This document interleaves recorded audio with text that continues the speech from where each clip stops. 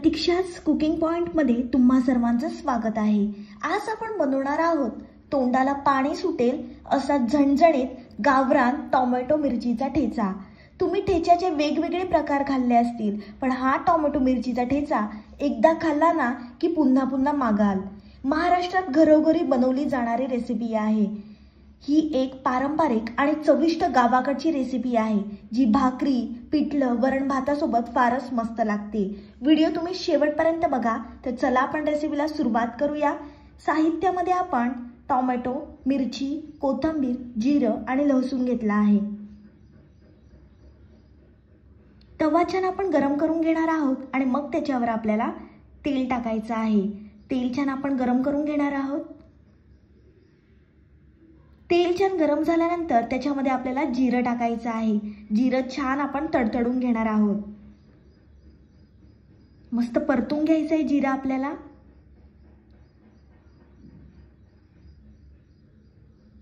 तुम्ही पहिल्यांदाच माझी रेसिपी बघत असाल आणि अजूनपर्यंत चॅनलला सबस्क्राइब केलं नसेल तर जरूर चॅनलला सबस्क्राइब करा। मग आपल्याला त्याच्यामध्ये लसूण टाकायचं आहे। ठेच्याची संपूर्ण चव ही लसूणवर अवलंबून असते, म्हणून लसूण आपल्याला जास्त वापरायचा आहे।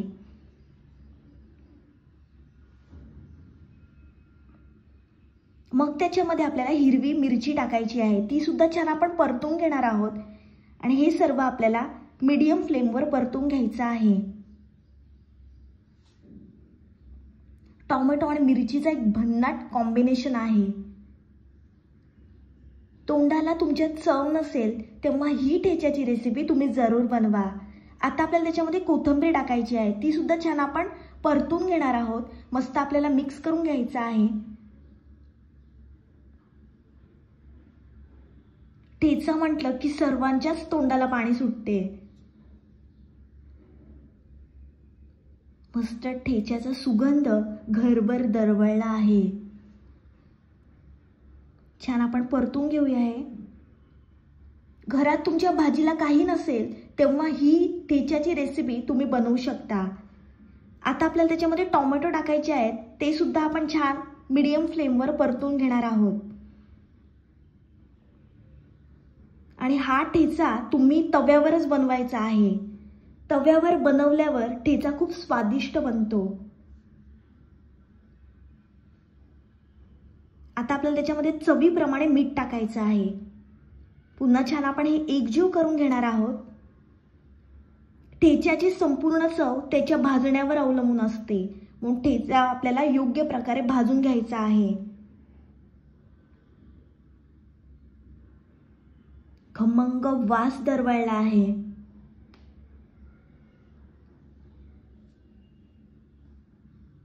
हा ठेचा आठवडाभर टिकतो। बऱ्याच लोकांना ठेचा खूप आवडतो, पण ऍसिडिटी आणि जळजळ होते, म्हणून ठेचा खाणं बरेच लोक टाळतात। पण हा ठेचा कमी तिखट आणि स्वादिष्ट असा बनतो, म्हणून ही ठेच्याची रेसिपी तुम्ही जरूर ट्राय करा। तुम्ही बघू शकता मस्त आपलं सर्व साहित्य भाजून झालं आहे। अतिशय चविष्ट असा हा ठेचा बनणार आहे।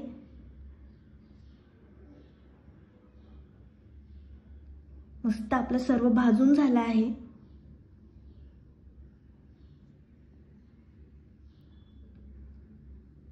जेवढं तुम्ही भाजून घ्याल चांगल्या प्रकारे तेवढी ठेच्याची चव ही वाढणार आहे। म्हणजे तो त्याच्यामध्ये कच्चा वास असतो तो निघून जातो।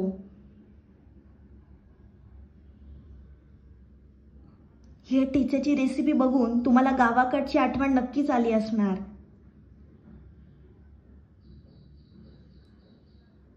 आता श्रावण महिना सुरू झाला आहे, तर ही ठेच्याची रेसिपी तुम्ही बनवाच। तुमच्या घरी तोंडी लावायला काही नसेल तरी हा ठेचा तुम्ही बनवून ठेवू शकता, कारण की हा ठेचा आरामात आठवडाभर टिकतो। मस्त आपला भाजून झालाय ठेचा। आता आपण छान हा ठेचा ठेचून घेणार आहोत आणि ठेचा गरम असताना तो चांगल्या प्रकारे ठेचून घ्यायचा आहे। हा ठेचा तुम्ही तांदळाची भाकरी, ज्वारी बाजरीची भाकरी सोबत खाऊ शकता। खूप भारी लागतो। मस्त आपल्याला ठेचून घ्यायचा आहे। थोडा हा ठेचा आपण भरड ठेवणार आहोत. खूप आपल्याला बारीक नाही करायचा, थोडा भरड ठेवायचा आहे. मस्त आपण ठेचून घेणार आहोत आणि ठेचताना जो खमंग वास येतो आहे ना, त्याच्यामुळे खूपच भूक लागते.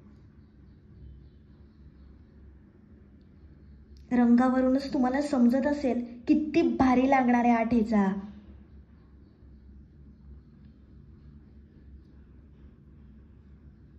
अशाच नवनवीन आणि गावरान रेसिपींसाठी तुम्ही प्रतीक्षाच कुकिंग पॉइंटला नक्की सबस्क्राईब करा. आणि तुम्हाला माझ्या रेसिपी आवडत असतील तर प्लीज लाईक करत जा. तुम्ही लाईक केल्यामुळे मला नवनवीन रेसिपी बनवण्याची उत्सुकता निर्माण होते. गरमागरम गावरान ठेचा खाण्यासाठी तयार आहे. ही रेसिपी तुम्ही जरूर ट्राय कराच. आणि माझी रेसिपी आवडली असेल तर व्हिडिओला लाईक, कमेंट, शेअर आणि चॅनलला सबस्क्राईब करायला विसरू नका. भेटूया पुढच्या रेसिपींसोबत.